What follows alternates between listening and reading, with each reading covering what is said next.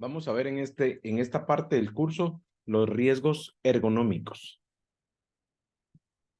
Básicamente son riesgos ligados a las condiciones en las que trabajamos a nivel físico. La ergonomía es la adaptación de los objetos, los medios de trabajo, en general el entorno del trabajo a una armonización con nuestro cuerpo, de manera que nosotros podamos realizar un trabajo de manera cómoda, funcional y con el mínimo esfuerzo. La ergonomía la vamos a encontrar, por ejemplo, en las sillas, en el tipo de escritorio que podamos utilizar, en los teclados, etcétera. Hoy en día encontramos que hay mucho diseño ergonómico para que el trabajo sea pues mucho más fácil, sobre todo trabajos extenuantes o en el que pasamos mucho tiempo sentados o mucho tiempo de pie o cargamos muchas cosas, etcétera. Todo ese conjunto eh, de adaptaciones de objetos a nuestro entorno laboral se llama ergonomía.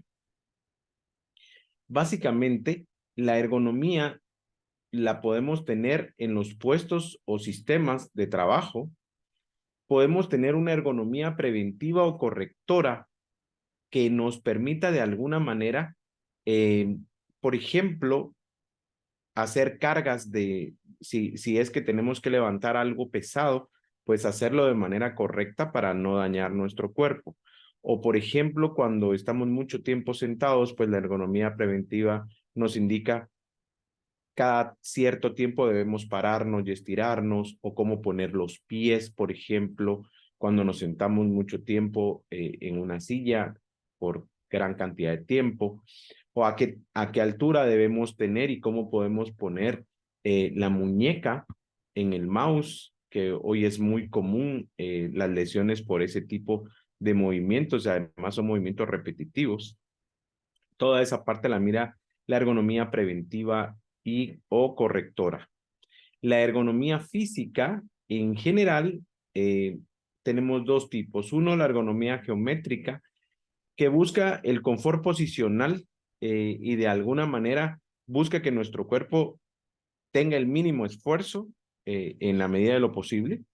Y la ergonomía ambiental, que busca que el medio ambiente de alguna manera colabore con nosotros para que nuestras labores sean mejores. Por ejemplo, buscamos dentro de la ergonomía ambiental tener luz natural la mayor parte del tiempo, lo mejor que se pueda con luz natural. Procuramos que también no tener entradas de aire molestas o ruidos molestos, etcétera. Y hay una ergonomía que también se deriva de la intensidad del trabajo, es decir, qué tipos de turnos hay, los horarios, las pausas en el trabajo, cada cuánto logramos pausar y los ritmos en los que trabajamos. De todo eso se encarga básicamente la ergonomía. Una de las primeras recomendaciones que la ergonomía nos da y que tenemos que tener mucho cuidado dentro de nuestro entorno de trabajo es la manipulación de cargas.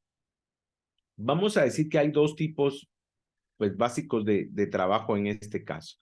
Un trabajo donde sabemos que vamos a manipular cargas, eh, ya se sabe, ya hay incluso un equipo de protección personal dirigido a eso, el uso de guantes, el uso de cinchos, por ejemplo, incluso el uso de bandas que mejoren la postura o que ayuden un poco a mantener rígido el cuerpo cuando vamos a hacer algún levantamiento.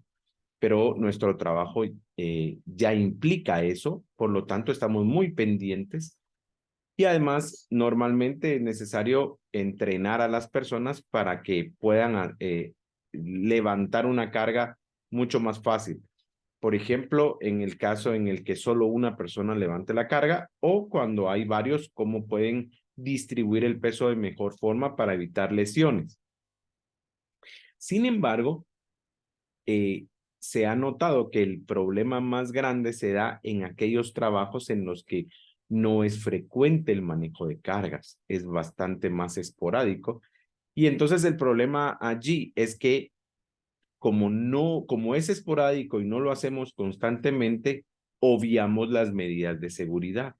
Y entonces tenemos que levantar una caja pesada y lo hacemos inclinándolos y levantándola de un solo envión sin usar las rodillas, por ejemplo, o sin tener una adecuada separación en nuestras piernas o en nuestros pies para mantener el equilibrio, etcétera. No estamos acostumbrados a eso, no nos dan entrenamiento y cuando lo llegamos a hacer, la probabilidad de una lesión aumenta. Los riesgos asociados al manejo de cargas son muy amplios y pueden ir desde un golpe en el levantamiento, por ejemplo, o lumbalgias, algunas veces algún problema de discopatías, algún movimiento de discos, aplastamientos, problemas de cuello, etcétera. Son, en algunas ocasiones, ya estamos predispuestos a una lesión y con un movimiento que nuestro cuerpo no está acostumbrado, la lesión viene. Y eso va a incluir, normalmente son lesiones que, que tardan algún tiempo en sanar totalmente y entonces va a incluir en algunos casos suspensión de la persona, hay que sustituirlo, etcétera, etcétera.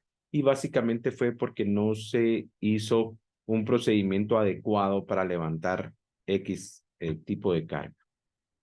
Ok, los tipos de manipulaciones manuales que pueden tener riesgos en general, según la literatura y lo que se ha definido, debemos tener cuidado con todo aquello que pese más de 3 kilogramos. Pareciera muy poco, pero efectivamente se ha demostrado que 3 kilogramos, si no lo sabemos levantar, puede causarnos problemas.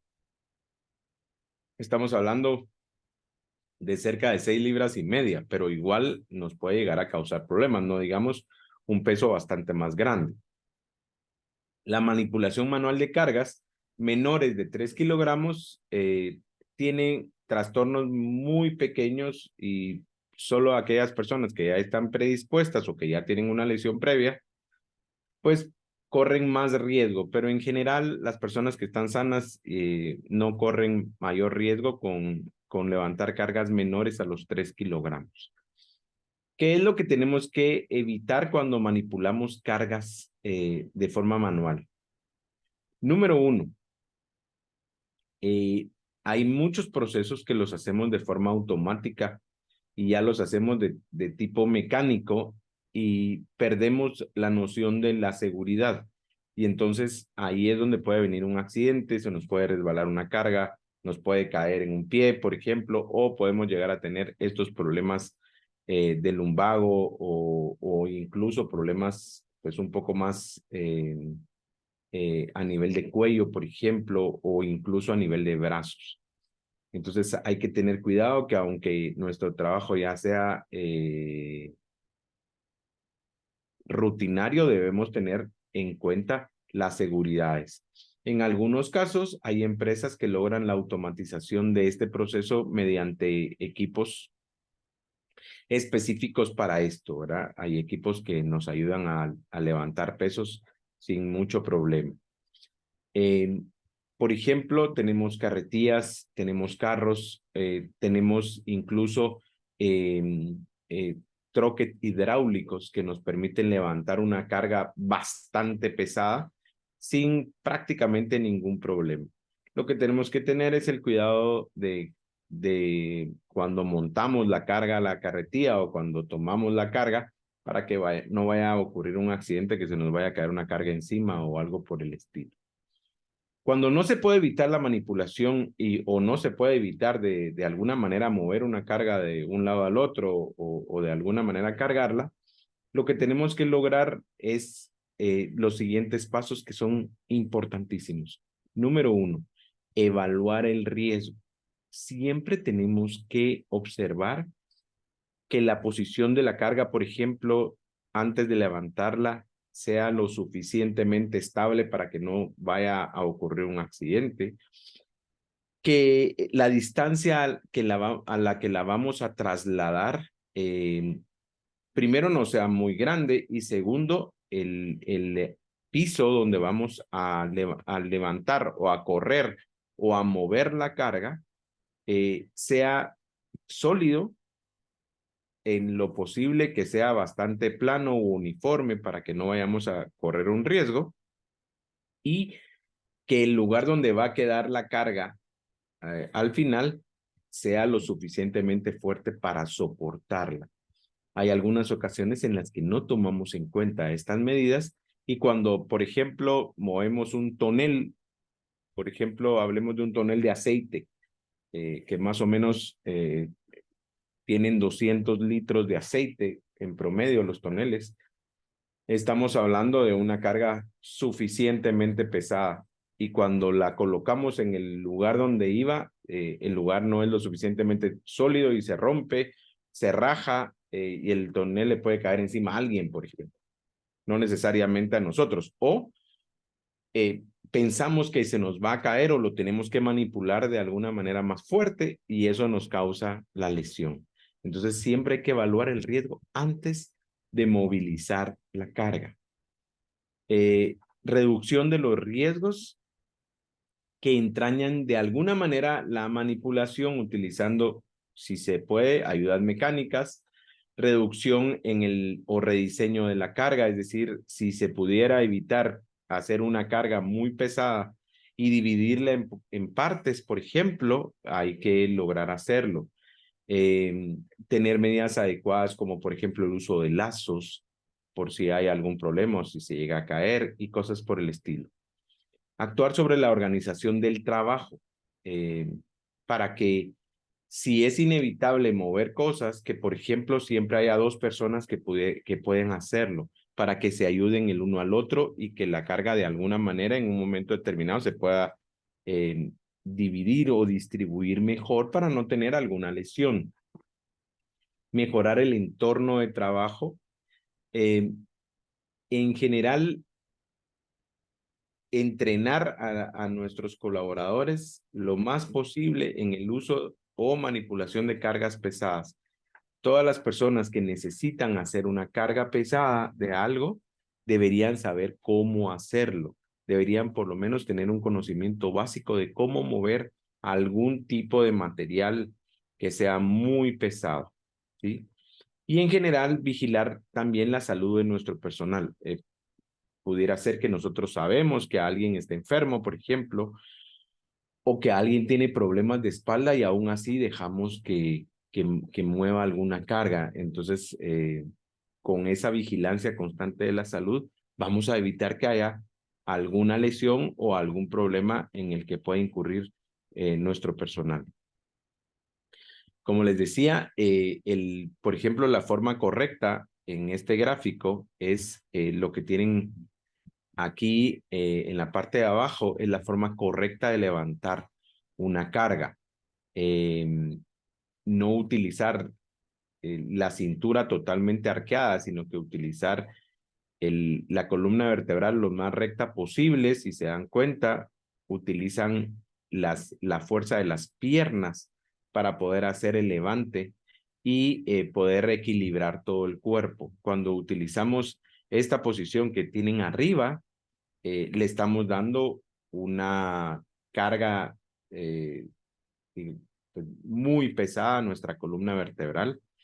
Si en un momento determinado hacemos el esfuerzo y nuestra columna vertebral, que debe sostenerse por toda la gama de músculos que tenemos, sobre todo los músculos abdominales, si no tenemos un músculo abdominal fuerte, puede ser que llegamos a tener un problema grave a nivel de columna, porque la columna es la que va a recibir la mayor parte de esfuerzo, no se va a poder ayudar con nuestros músculos. Entonces, en el caso de la gráfica de abajo, allí la fuerza más grande va sobre las piernas, no necesariamente sobre la columna vertebral.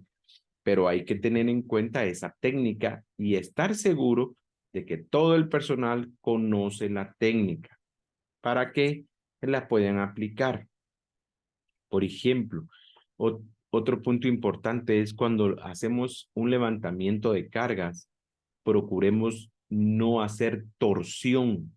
Es decir, cuando se levanta la carga, ya no se hace torsión del cuerpo, para evitar una lesión.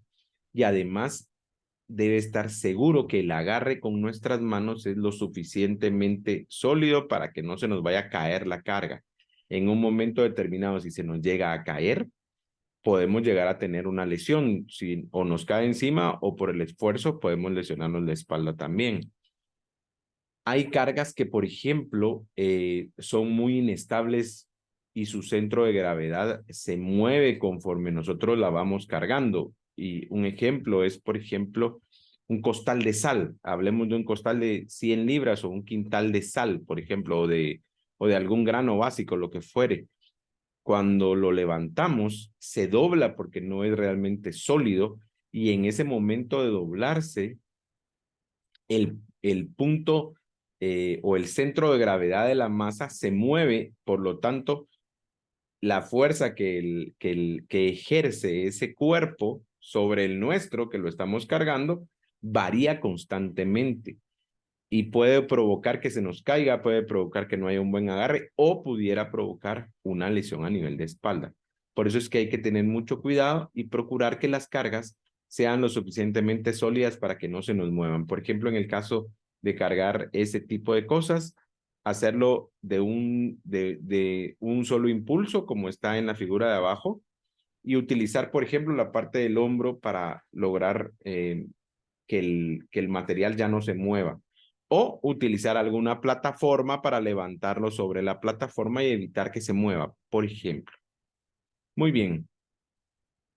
En general tenemos tres factores importantes que tenemos que tener en cuenta en este tema de la ergonomía, sobre todo cuando hablemos de cargas. Número uno, las características del medio de trabajo. Hay medios de trabajo en los que pues no podemos exigir demasiadas cosas, es lo que hay y tenemos que ser muy cuidadosos con eso. Entonces, por ejemplo, hay lugares donde el espacio es insuficiente, son muy pequeños, tenemos que lograr doblarnos o tenemos que pasar entre muchos obstáculos. Hay que tener cuidado con esto. Insuficientes periodos de descanso fisiológico. Perdón, suelos irregulares. Hay momentos en el que vamos a hacer una carga, por ejemplo, y tenemos que bajar una rampa. Y resulta que hay mucha humedad y entonces la rampa, incluso como está húmeda, está resbalosa. Ese tipo de cosas las tenemos que analizar muy bien para evitar un riesgo de que nos vayamos a caer. Por ejemplo, un tropezón, una caída en desnivel puede llegar a hacernos un daño importante a nivel de espalda o incluso a nivel de piernas. Eh, la temperatura a la que estemos trabajando también es importante cuando hay mucho calor. Nosotros estamos emanando sudor y en general también está muy húmedo el ambiente, entonces se nos puede caer la carga o podemos resbalar si no tenemos los zapatos adecuados, por ejemplo. Iluminaciones inadecuadas y algunas exposiciones a vibraciones que pueden hacer que efectivamente las manipulaciones se vean afectadas y sean más difíciles. Exigencias de la actividad. Cuando tenemos periodos cortos pero muy intensos de trabajo físico, tenemos que revisar estos esfuerzos físicos frecuentes y prolongados. Es decir, tenemos que, por ejemplo, descargar un camión y es un esfuerzo de alguna manera muy intenso que se puede llegar a prolongar en una hora, por ejemplo, o 2 horas de trabajo y que conforme vaya pasando el tiempo van a hacer que nuestro mismo cuerpo esté mucho más, digamos que sea, perdón, mucho más probable que una carga nos vaya a hacer daño porque ya estamos cansados, porque estamos sudando mucho, porque la energía de nuestro cuerpo se está agotando y eso hace que tengamos una mayor probabilidad de tener un accidente. Insuficientes periodos de descanso fisiológico, es decir, no nos tomamos el tiempo para recuperarnos y descansar, sino que siempre seguimos con un ritmo muy intenso. Eso puede hacer que tengamos un problema. Distancias muy grandes, tanto de elevación como de descenso. En algunos casos tenemos que subir en una bodega 3, 4 niveles. o hay, como les decía, rampas para bajar. Esas cosas hay que revisarlas. Y el ritmo impuesto que el trabajador no puede modular, digamos, es decir, hay un ritmo de trabajo muy grande y no puede haber descansos o hay muy pocos descansos. Eso hay que tenerlo en cuenta. Y algunos factores individuales de riesgo que como responsables del recurso humano tenemos que preguntar y tenemos que estar muy atentos a observar. Por ejemplo, falta de aptitud física o existencia de alguna patología. Deberíamos preguntar a las personas, ¿ha tenido un accidente o puede hacer cargas sin ningún problema? ¿O le duele la espalda, etcétera? O alguna persona que, por ejemplo, sea muy pequeña o que notemos que efectivamente le cuesta mucho levantar algo. Entonces deberíamos tomarlo en cuenta para o bajar la intensidad del peso o ver si pues podemos utilizar una persona a la que le cueste menos la carga, digamos. El uso inadecuado de ropas o calzado, en el caso de algunos trabajadores, en algunos casos personal que no necesariamente se ha contratado para levantar cargas o para hacer ese tipo de trabajo, se presta para hacerlo, pero su ropa no es la adecuada, sus zapatos no son los adecuados y puede causar un problema muy serio a la hora de tener un accidente. Por ejemplo, cuando hacemos cargas, pues debemos utilizar zapato adecuado antideslizante, de preferencia botas, con puntas de acero, todo lo que nos dan los manuales de equipo de protección personal. Pero puede ser que alguien llegue con unos zapatos que no corresponden, con alguna ropa que no corresponde y puede llegar a tener algún problema. Insuficiencia o inadaptación de los conocimientos o la formación, es decir, alguien que no sabe cómo se manipulan esas cargas en un momento determinado quiere realizar el trabajo y puede llegar a tener un problema. Hay que tener mucho cuidado con eso. El método para levantar una carga más usual es, uno, planificar el levantamiento, es decir, hacer una pequeña planificación de unos segundos de cómo voy a levantar la carga, de dónde está la posición más cercana para poderla poner si es que no la soporto, de cuántos pasos o cuántos metros tengo que caminar para ponerla en su posición, etcétera. Una vez planificado eso y visto, no simplemente levanto la carga y después no sé qué hacer con ella, ojo. Colocar mis pies de manera que estén un poco separados y que esta posición me permita tener un equilibrio cuando yo levante la carga para que la gran mayoría del peso o de la fuerza que la carga genera la puedan soportar mis piernas. Adoptar la postura de levantamiento, que es básicamente doblando las rodillas, manteniendo la espalda recta, el mentón metido para poder en un momento determinado levantar. Y una vez levanté, no forzar la postura, es decir, no hacer torsión, porque en ese momento viene la lesión. Y además, sujetar firmemente la carga, revisar que puedo tomar la carga lo suficientemente firme para que ésta no se vaya a mover. Ojo. Si, por ejemplo, tengo una lesión en la mano o tengo una cortada en la mano que me impide tomar bien la carga o la carga de alguna manera tiene una forma no definida que no me permite realmente sujetarla de manera firme, puedo llegar a tener un problema, se me puede resbalar. Entonces, eso va como parte de la planificación, es decir, voy a ver cómo voy a tomar la carga y una vez ya lo tengo y tengo pues la capacidad de que mis manos sí soportan esa carga, pues ejecuto la carga. Algunos métodos para levantar cargas, levantarse suavemente por extensión de piernas, es decir, manteniendo la espalda recta como veíamos. Es preferible mover los pies para colocarse en la posición adecuada, mantener la carga pegada al cuerpo durante el levantamiento lo más posible, porque mientras la carga esté más alejada de nuestro cuerpo, por una acción física de torque, genera una fuerza más grande contra nuestro cuerpo y es más probable que se nos caiga. Y depositar la carga lo más rápido posible, de manera de que depositarla me quede en condiciones rectas, no tenga que torcer mi cuerpo o tener alguna torsión, porque ahí también puede venir una lesión. Otro tipo de riesgos que tenemos dentro del trabajo a nivel de ergonomía son los movimientos repetitivos. Algunos movimientos repetitivos que algunas veces parecieran ser muy comunes, pero en general el cuerpo no está hecho para hacer eso. Por ejemplo, el uso, como les decía, del mouse, el estar constantemente, ya sea oprimiendo una tecla o moviendo el mouse, me puede llegar a causar una lesión. Vamos a decir que un movimiento repetitivo es aquel que tiene en general una duración menor de 30 segundos y vuelve a empezar el ciclo. Por ponerles otro ejemplo, un movimiento repetitivo que casi no, pues, a veces no se manifiesta mucho en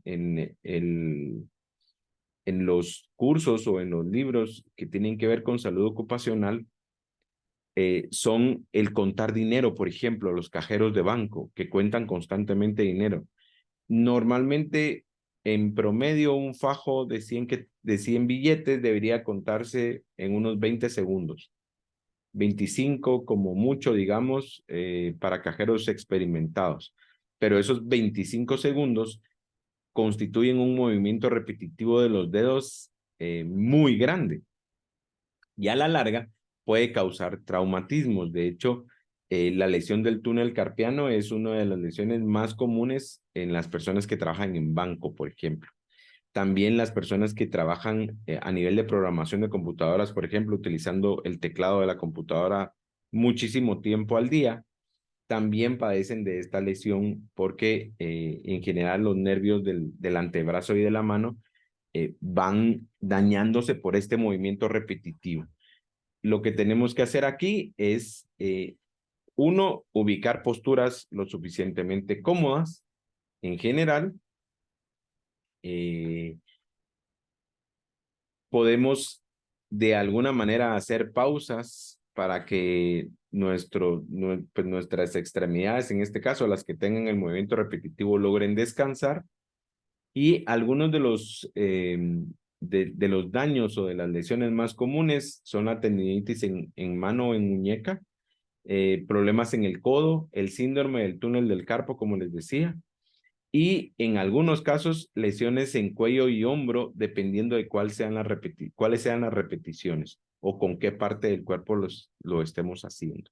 Por ejemplo, hay repeticiones que a veces tienen que ver con estar volteando a ver, y eso puede llegar a causar un problema. Después la gente siente cierto dolor en el cuello o siente que le truenan las vértebras cuando se mueve, y todo viene derivado de esto.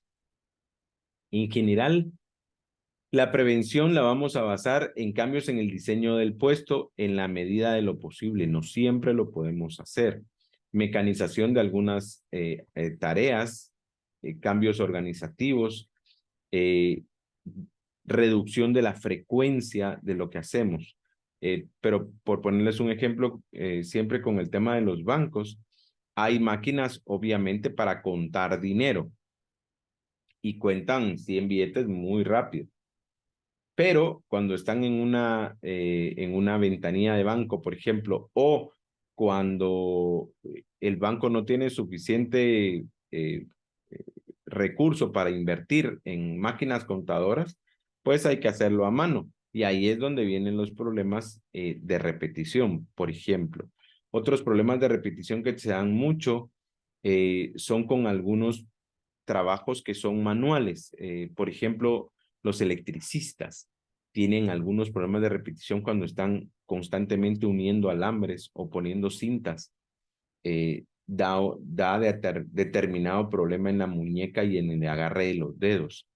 Tiende a dejar dormidos a veces algunas extremidades por la intensa frecuencia del mismo movimiento que hace que tengamos después algunas lesiones. Ok. En general, tenemos a nivel de ergonomía, tenemos un diseño como seres humanos o un diseño biológico que nos debería permitir hacer casi cualquier tipo de trabajo siempre y cuando la postura del cuerpo sea adecuada o esté en relación directa a nuestra fisiología. Si trabajamos en posiciones que son realmente incómodas por mucho tiempo, pues podemos llegar a tener lesiones. Entonces, algunos de los puntos importantes a nivel de postura. Dice nuestro recuadro, no existe una postura ideal, por lo que es recomendable como principio que se diseñe la forma en que permita cierta movilidad al trabajador y además que el trabajador se acostumbre a determinados movimientos y si él considera que se siente cómodo y su cuerpo no tiene alguna fuerza externa, pues no le causa ninguna lesión, lo puede seguir haciendo como lo ha hecho. Por ejemplo, algunas posturas de trabajo. Cuando trabajamos de pie por largo tiempo, normalmente tenemos riesgos en brazos y en piernas. A veces tenemos riesgos de varices, por ejemplo, de dolor de piernas o incluso podemos llegar a tener algún problema del nervio ciático o algún problema de espalda. Cuando trabajamos mucho tiempo sentado y sin un adecuado respaldo, tenemos los músculos tensores de la espalda que empiezan a resentirse. Cuando trabajamos sentados en un asiento demasiado alto, por ejemplo, tenemos problemas de rodillas, de muslos o de pies. No sé, en algunos casos, por ejemplo, cuando estamos en una silla muy alta y bajamos, sentimos un dolor un poco fuerte a veces en las plantas de los pies y es porque en general no dejamos que la sangre circule correctamente y cuando bajamos esa falta de circulación nos da un determinado dolor. Cuando esto se vuelve crónico, ya hay un problema que tenemos que revisar. Cuando el asiento es demasiado bajo, al contrario que el ejemplo anterior, tenemos problemas de hombro y cuellos. Cuando el tronco está inclinado hacia adelante, sentado o de pie, empieza a haber un problema en la región lumbar y hay un deterioro en los discos intervertebrales. En algunos casos, por ejemplo, gente que está normalmente de pie, por ejemplo, en trabajos como pintura o pintura en alto, o trabajadores que ponen rótulos, por ejemplo, y que aunque fuere poco tiempo, es muy tenso el trabajo que están haciendo, tienen algún tipo de problema de estos. La cabeza inclinada hacia adelante y hacia atrás constantemente puede tener problemas de cuello y deterioro de los discos intervertebrales de la posición más alta de la columna. Por ejemplo, brazos tendidos sobre el costado, delante o atrás, hay dolor de hombros, hay dolor de brazos. Aquellas personas que normalmente están levantando mucho peso o jalando cuerdas, por ejemplo, tienen ese tipo de problemas. Malas posiciones al utilizar herramientas, por ejemplo, atornillar y de alguna manera atornillar de una forma muy incómoda puede ser que haya una inflamación considerable de tendones. A veces el trabajador no sabe de dónde viene el dolor porque siempre ha hecho ese trabajo y no le había dolido. Sin embargo, pues puede llegar el momento en el que sí y sea una consecuencia directa de su trabajo normal. Cuando trabajamos con los brazos por encima de la cabeza, también hay lesiones de hombros. Y conforme la edad va avanzando, los seres humanos en general empezamos a perder alguna capacidad dentro de nuestras articulaciones y estos dolores, si bien no existían, pueden empezar a aparecer a nivel de lesiones crónicas. Por eso es que hay que tener cuidado para que no vaya a aparecer una lesión crónica posterior y no sepamos de dónde vino. Y vino porque 10 años de nuestra vida trabajamos en alguna posición que posteriormente nos llegó a afectar. Un tipo de trabajo muy usual hoy en día y que también revisa la ergonomía son los trabajos con pantallas. Hoy no solo tenemos trabajos con pantallas a nivel de monitor, sino que constantemente estamos viendo pantallas digitales. El teléfono celular, la tablet, hay personas que incluso tienen dos, tres pantallas en su computador y entonces constantemente están tanto forzando sus ojos como moviendo de alguna manera su cabeza de una a otra. Eh, Algunas recomendaciones importantes para este tipo de trabajo. Eh, por ejemplo, eh, la gente que introduce datos, que programa o que, por ejemplo, tiene que constantemente estar revisando monitores, ellos pueden tener algunos efectos importantes sobre su salud. Número uno, fatiga visual. Es decir, tarde o temprano vamos a empezar a tener fatiga visual y se puede dar básicamente en tres niveles.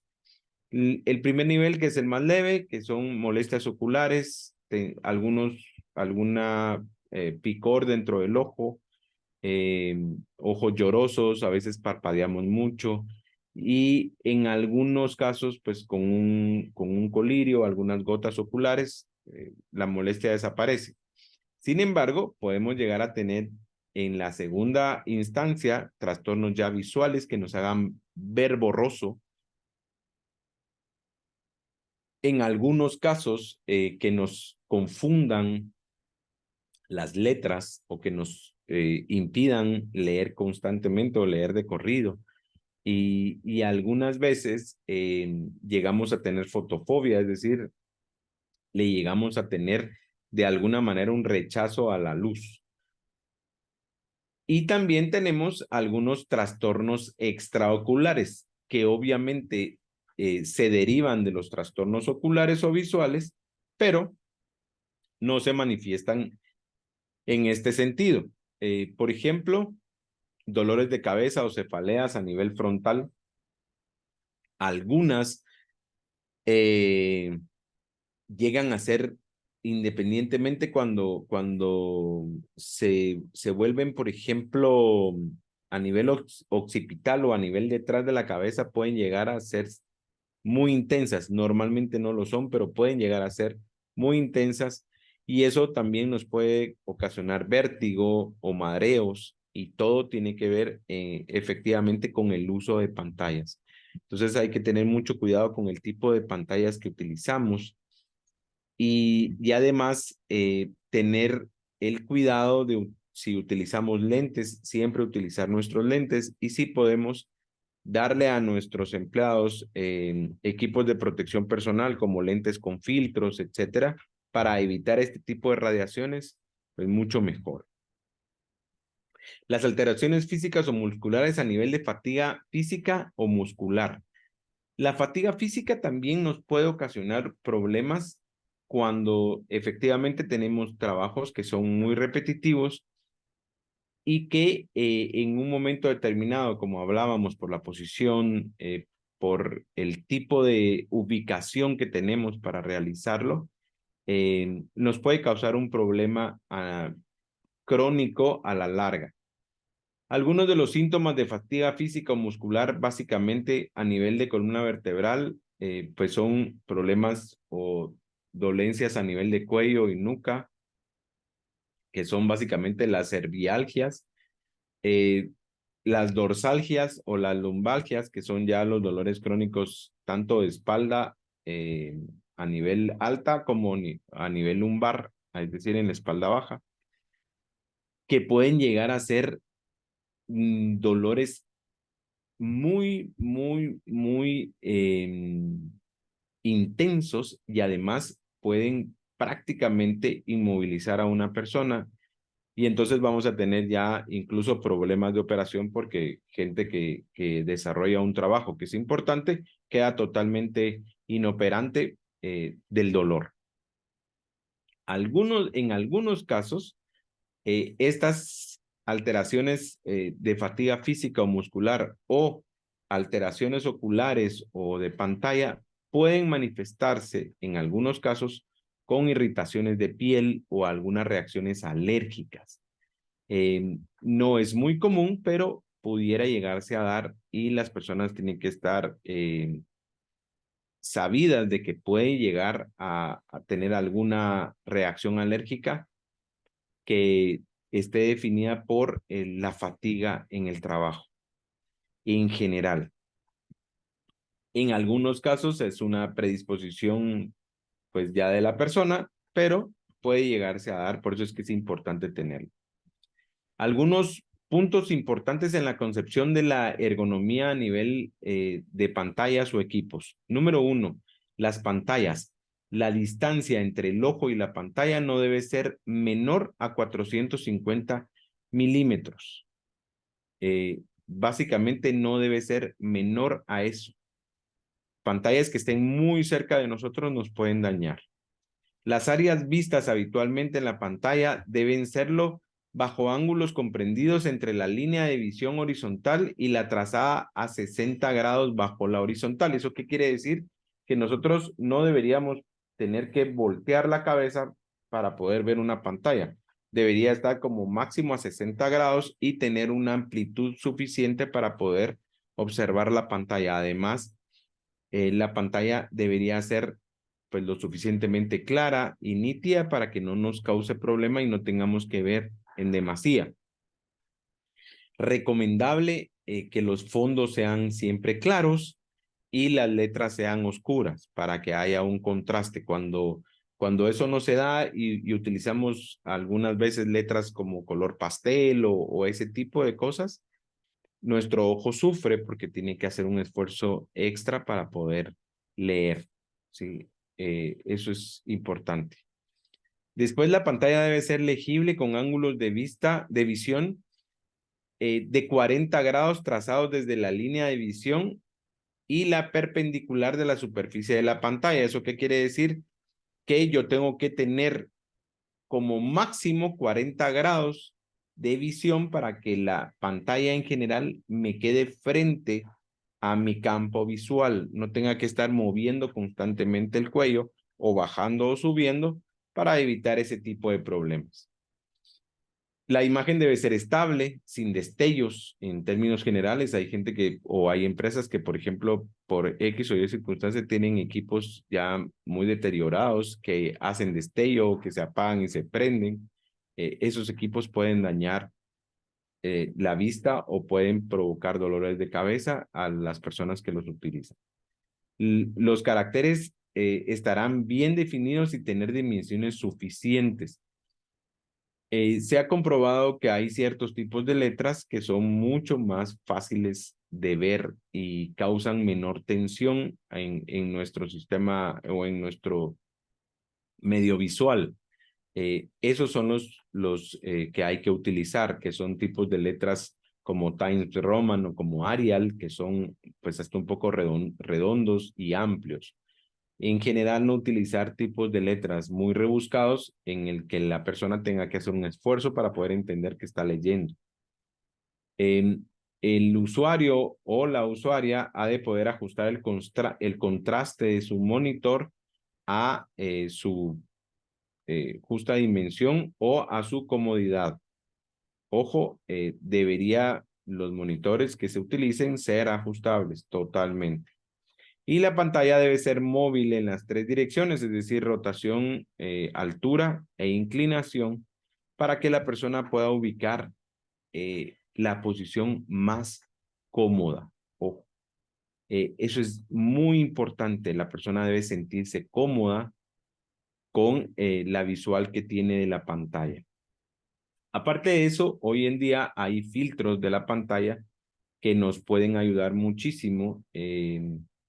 En general, si utilizamos filtros, hay que revisar que los filtros estén limpios, que no tengan electricidad estática, o si utilizamos lentes, pues que los lentes efectivamente sean certificados para que el filtro que dice tener sea cierto y que realmente utilicemos un lente que sea lo suficientemente útil y además de calidad para que no nos dañe, en lugar de ayudarnos, nos dañe la vista.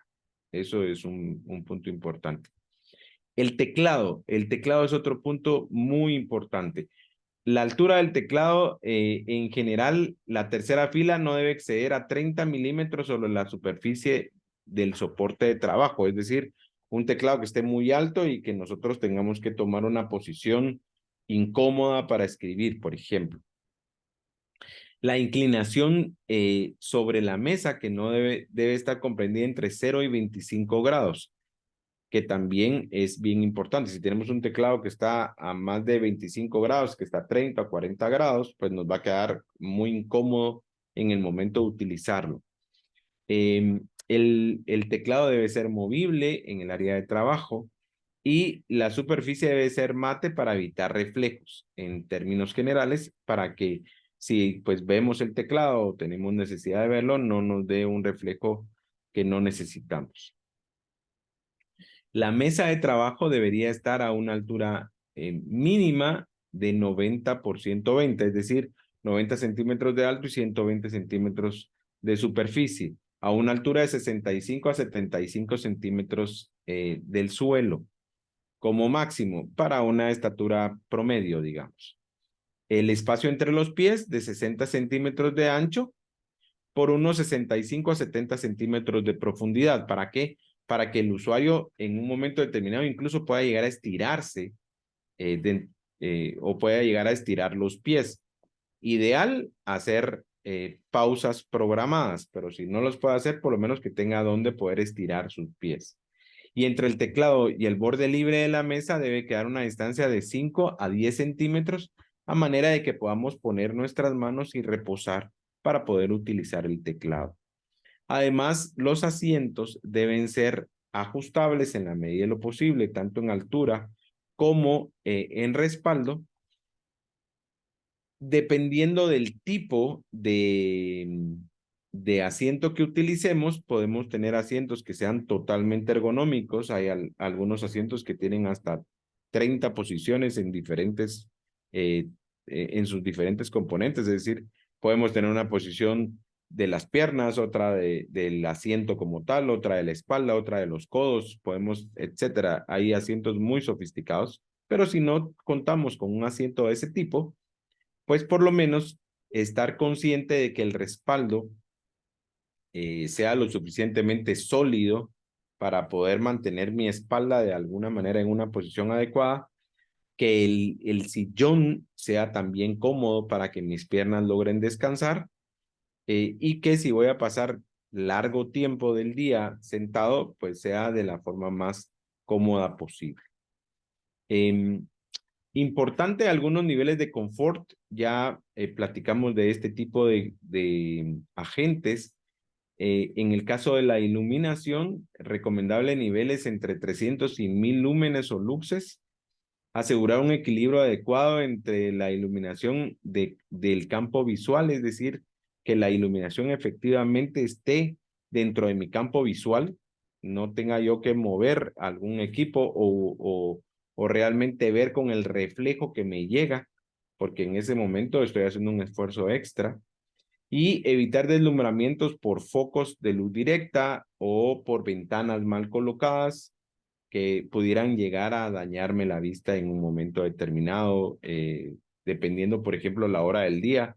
A veces tenemos ventanas que no están lo suficientemente tapadas o que no se pueden tapar y que pega todo el reflejo, por lo menos unos 15, 20 minutos, pega el reflejo justo donde uno puede estar trabajando, por ejemplo. Otro punto importante a nivel de confort es el ruido. Como ya vimos, deberíamos trabajar con niveles aceptables. En general, evitar ruidos mayores a 60 decibeles o ruidos muy constantes que puedan llegar a afectarnos tanto nuestro oído a nivel de tímpano como nuestro oído a nivel de líquido eh, dentro de nuestro oído, que pueda llegar a pues, darnos problemas, por ejemplo, de vértigo o de mareos. Y la temperatura es el otro punto importante. Hoy en día tenemos cambios de temperatura en algunas épocas del año muy fuertes.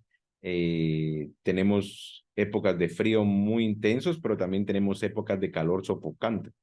Entonces, tenemos que procurar que las personas estén cómodas, incluso dentro de su misma ropa, es decir, el tipo de ropa que utilicen dependiendo cómo esté el clima, para que efectivamente estén cómodos utilizando básicamente su ropa de trabajo, por ejemplo. Muy bien, con esto terminamos la parte de los agentes que son básicamente ergonómicos. Vamos a ver los riesgos ligados a las condiciones psicosociales. Si ustedes recuerdan, el concepto de salud hoy en día es un concepto muy integral. Ya la salud no es simplemente la ausencia de enfermedad. La salud tiene que ver con el bienestar integral de la persona. Eso quiere decir sus condiciones físicas, no padecer una enfermedad, pero también sus condiciones psicosociales. Y se ha descubierto que en el trabajo estas condiciones pueden llevar a que la persona somatice algunos problemas o algunas experiencias que está viviendo dentro de su ámbito laboral. Básicamente, ¿qué son riesgos psicosociales? Existen dentro del trabajo muchos factores que pueden afectar y que pueden llegar a somatizar, es decir, a volverse real a algún problema que sea de carácter a nivel de relaciones eh, interpersonales o a nivel de satisfacción personal en el trabajo, por ejemplo, y cuando esto no logra concretarse, empezamos a somatizar el problema y entonces puede ser que tengamos un problema psíquico, puede ser que lleguemos a tener problemas de depresión, puede ser que tengamos dolores de cabeza intensos, incluso problemas estomacales y no sabemos de dónde viene la causa y en algunos casos la causa puede ser provocada por problemas de tipo psicosocial que tienen básicamente que ver con las relaciones interpersonales que yo tengo en mi trabajo, con la organización en general de mi trabajo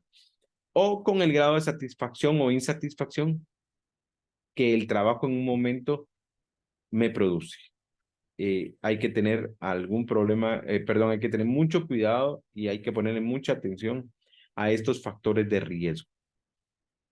Algunos de los factores de riesgo en condiciones psicosociales o psicológicas dentro del trabajo tiene que ver básicamente con las relaciones interpersonales, con la organización, es decir, cómo la organización de alguna manera puede afectar mi trabajo, em, con el contenido o la realización del trabajo. En algunos casos, por ejemplo, hay metas que son prácticamente imposibles de cumplir y lo único que hacen es frustrarme.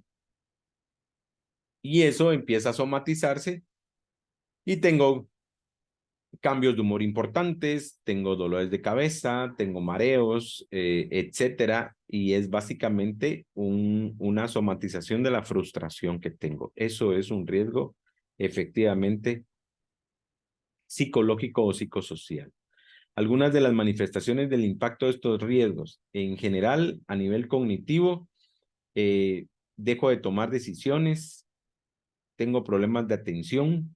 A nivel de conducta, en algunos casos, no en todos, la gente empieza a buscar de alguna manera paliativos y entonces puede ser que aumente su consumo de alcohol o aumente su consumo de tabaco, disminuye la actividad física, no tengo deseos de hacer actividad física, cambios en la dieta, hay gente que por la ansiedad come más y engorda, por ejemplo, o no puede dormir bien. A nivel organizacional, aumenta el ausentismo en las personas por razones normalmente médicas, aumenta la rotación de personal de manera considerable, hay un deterioro importante en el clima organizacional y hay una disminución del compromiso organizacional. Hay algunos estados de salud que se ven afectados como la hipertensión, como enfermedades cardiovasculares, como problemas gastrointestinales que se dan mucho. Y al final, como las personas empiezan a somatizar esto, tienen alguna inmunodepresión, o sea, sus condiciones de su sistema inmunológico se deprime, baja, y eso da pie a que haya muchas más tipos de enfermedades, por ejemplo, gripes constantes o ese tipo de cosas. Hoy con el COVID puede ser que una persona inmunodeprimida pues pueda tener 2, 3 veces al año COVID, por ejemplo, pero la causa raíz son las relaciones psicosociales que la persona tenga dentro de su trabajo. A nivel afectivo, hay algunos síntomas de ansiedad o depresión que es importante revisar. Al final, los factores de riesgo psicosocial pueden llegar a ser una fuente de estrés y tienen el potencial de causar un daño psicológico, físico o social de los individuos. En general, vamos a ver cómo están clasificados y de alguna manera los grupos en los que podemos ver este riesgo psicosocial. En general vamos a tener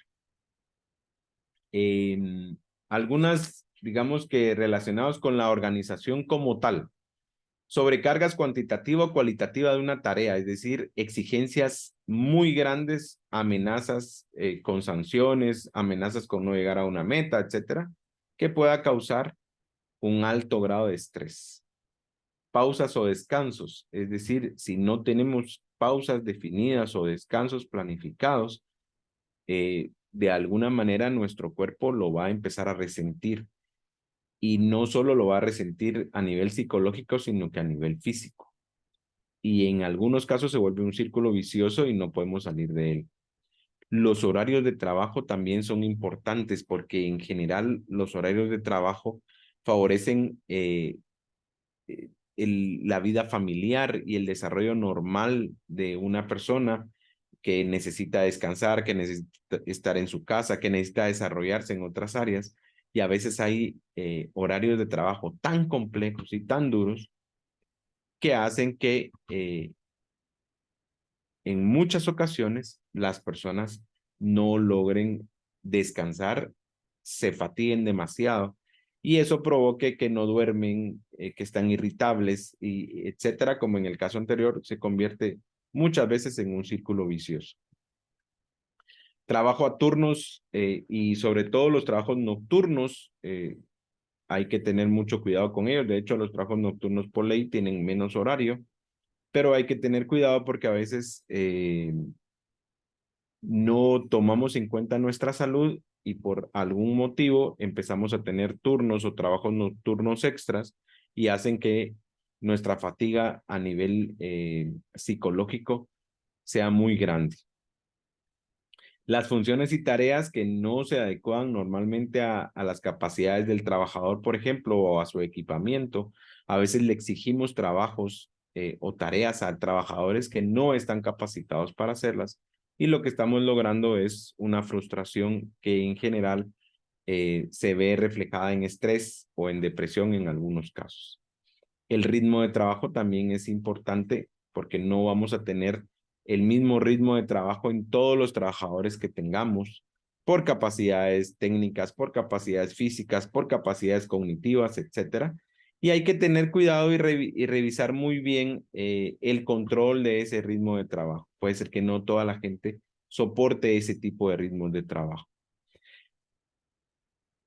A algunas personas les afecta mucho la monotonía, es decir, hacer lo mismo siempre les causa una insatisfacción dentro de su trabajo que de alguna manera también puede generar ansiedad o depresión. Hay que tener mucho ojo con los síntomas que estas personas pueden de alguna manera exhibir, como por ejemplo irritabilidad, no dormir bien, no poderse concentrar en su trabajo, etcétera. La autonomía es el grado en el que un trabajador puede planificar su trabajo y determinar sus procedimientos. Hay trabajadores que dominan tanto su trabajo que pueden llegar a hacer pueden llegar a tener este tipo de características de autonomía. Sin embargo, si no se los permitimos, pues pueden llegar a tener problemas de autoestima y de sentirse mal. Y la carga mental, que no solo tiene que ver con el trabajo, sino con lidiar con todas las relaciones interpersonales, también puede ser un punto muy importante o una fuente muy importante de problemas para el trabajador, que pudiera llegar a desembocar en problemas somáticos derivados de una depresión o de ansiedad dentro del trabajo. La formación es otro punto importante que hay que tener en cuenta. No podemos exigirle resultados a personas que no tienen la misma formación que otras, o no podemos exigirles el mismo nivel de respuesta. Y el problema es que las personas en general también se frustran. Y lo mismo sucede con el grado de responsabilidad. Hay que tener un grado alto de responsabilidad en nuestro trabajo, pero en general a veces hay un desfase importante entre la responsabilidad y, por ejemplo, los errores, los controles, que puede llegar a tener puede causar un problema tanto en el trabajador como en el ambiente laboral. Y cuando empieza a afectar el clima organizacional, pues este factor también afecta de manera importante los aspectos psicológicos de todo el personal. Y el desempeño del rol son aquellas expectativas que tenemos sobre una determinada persona o sobre un determinado trabajo, en cómo yo lo voy a poder ejecutar, y cuando estas expectativas no se contraponen o no se equilibran contra la realidad, este desequilibrio causa también problemas. La comunicación en el trabajo, el estilo de mando y la participación en la toma de decisiones también son puntos importantes que tenemos que tomar en cuenta, porque pueden ser un factor de riesgo para que las personas en general no se sientan satisfechas laboralmente y empiecen a somatizar esa insatisfacción. Y como último punto, las condiciones de empleo a nivel de inseguridad. Por ejemplo, personas que están contratadas solo por tiempo o a destajo, etcétera, o empresas que en general, pues las personas tienen la necesidad de trabajar, pero las empresas no cubren, por ejemplo, todas las prestaciones de ley, etcétera. Eso puede causar también problemas a nivel psicosocial. Y el desarrollo de una carrera profesional, en algunos casos, también es importante, porque las personas se sienten bien consigo mismas logrando una carrera dentro de una empresa, pero cuando realmente el trabajo solo satisface de forma económica, pero no satisface otros aspectos, causa también deterioro en las relaciones interpersonales. En términos generales, todas las interacciones humanas pueden llegar a tener consecuencias muy buenas, pero también en algunos casos pueden llegar a tener consecuencias bastante malas, como un riesgo psicosocial. Es importante, como responsables de un área o como personal de salud y seguridad ocupacional, que estemos atentos a estas relaciones humanas, que aprendamos a evaluarlas, que aprendamos de alguna manera a poder identificar estos síntomas para poder hacer sugerencias sobre una correcta relación con los demás. En general, unas relaciones humanas inadecuadas pueden darnos problemas de enfermedades cardiovasculares, nos pueden provocar ansiedad o depresión, nos pueden también provocar dolores de espalda y trastornos musculoesqueléticos, nos pueden dar muchos tipos de trastornos de la salud gastrointestinales, resfriados constantes por la depresión de nuestro sistema inmune, etcétera. Es muy importante entonces que, como personal que esté a cargo de la salud y seguridad ocupacional, estemos pendientes de estos síntomas, de estas señales, porque en algunos casos puede ser incluso motivo de ausentismo laboral o incluso motivo de suspensión por salud de alguna persona. El punto importante aquí es que logremos hacer una evaluación de riesgos a nivel preventivo global, tanto los riesgos psicosociales como los riesgos de desempeño, como los riesgos a nivel ergonómico, para que podamos de alguna manera poder planificar un desarrollo laboral sano, que de alguna manera proporcione satisfactores a los trabajadores y que repercuta en general en un buen desempeño, que es al final lo que todos buscamos como objetivo.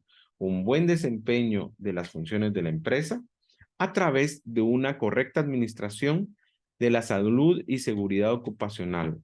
Con eso ganamos todos. Con esto terminamos este punto de los agentes ergonómicos y de riesgo psicosocial. Muchas gracias.